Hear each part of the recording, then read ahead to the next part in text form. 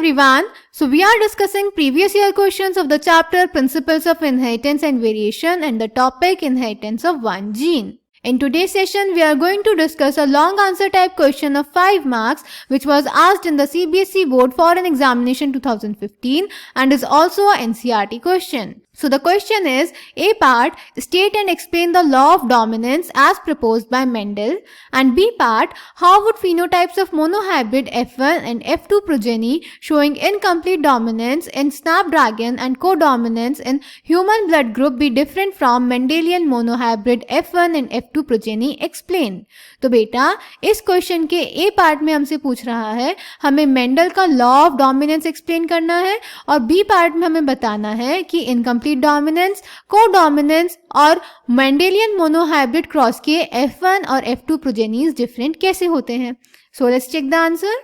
तो बेटा मेंडल ने जो लॉ ऑफ डोमिनेंस दिया था वो कहता है कि जो कैरेक्टर्स हैं वो कुछ डिस्क्रीट यूनिट से कंट्रोल होते हैं जिन्हें हम फैक्टर्स बोलते हैं. ये फैक्टर्स पेयर में एग्जिस्ट करते हैं और इनमें से एक फैक्टर दूसरे फैक्टर को डोमिनेट करता है, यानी कि एक डोमिनेंट होता है और एक रेसेसिव होता है. इसी लॉ ने हमें एक्सप्लेन किया था कि F2 जनरेशन का 3:1 फिनोटिपिक रेशियो क्यों आता है. Clear? So A part, law of dominance. Characters are controlled by discrete units called factors. Factors occur in pairs. In a dissimilar pair of factors, one member of the pair dominates, that is dominant, the other, that is recessive. The law of dominance is used to explain the expression of only one of the parental characters in a monohybrid cross in the F1 and the expression of both in the F2. It also explains the proportion of 3:1 obtained at the F2. तो बेटा law of dominance की वजह से ही हमें पता चला था कि F1 जनरेशन में एक ही ट्रेट क्यों एक्सप्रेस होता है, क्योंकि एक ट्रेट दूसरे ट्रेट को डोमिनेट कर देता है, तो यानी दूसरा ट्रेट पहले ट्रेट की प्रेजेंस में खुद को एक्सप्रेस कर ही नहीं पाता. और इसी की मदद से हमें पता चला था कि F2 जनरेशन में 3:1 रेशियो कैसे आया. क्लियर?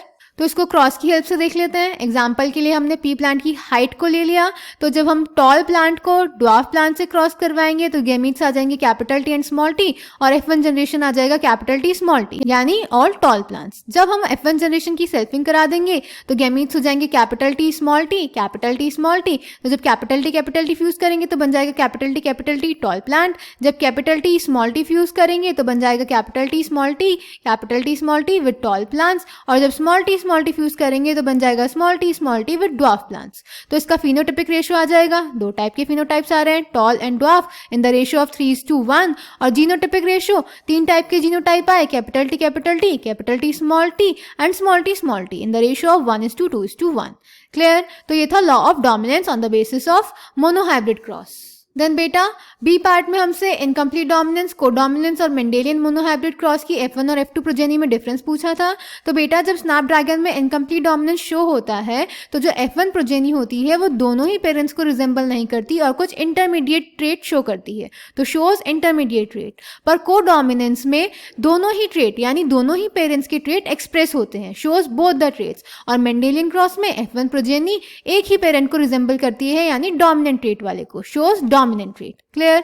देन F2 प्रोजेनी की अगर बात करें तो इनकम्प्लीट डोमिनेंस का जीनोटिपिक रेशियो होता है 1:2:1, कोडोमिनेंस का भी होता है 1:2:1 और मेंडेलियन का भी होता है 1:2:1. पर फिनोटिपिक रेशियो इनकम्प्लीट का होता है 1:2:1, कोडोमिनेंस का होता है 1:2:1 और मेंडेलियन का होता है 3:1.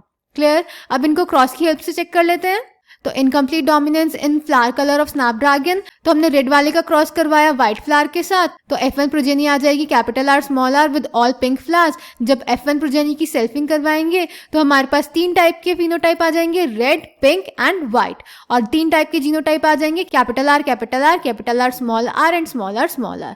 दोनों ही रेशियो 1:2:1 आएंगे. क्लियर? अब कोडोमिनेंस देख लेते हैं. तो कोडोमिनेंस में हमने जब ए ब्लड ग्रुप को बी ब्लड ग्रुप से क्रॉस करवाया तो F1 जनरेशन में सारी प्रोजेनीज आ जाएंगी IA IB जीनोटाइप के साथ यानी AB ब्लड ग्रुप के साथ.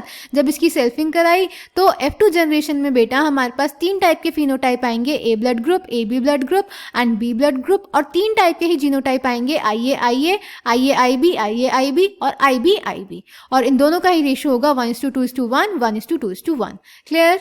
अब मेंडेलियन क्रॉस देख लेते हैं। तो मेंडेलियन क्रॉस के लिए हम एग्जांपल ले लेते हैं पी प्लांट की हाइट। तो जब हमने टॉल प्लांट को क्रॉस कराया डॉफ प्लांट के साथ, तो F1 प्रोजेनी आ जाएगी tall plant with genotype capital T small t।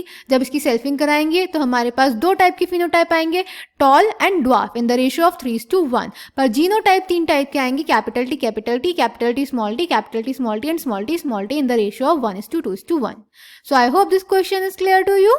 Thank you.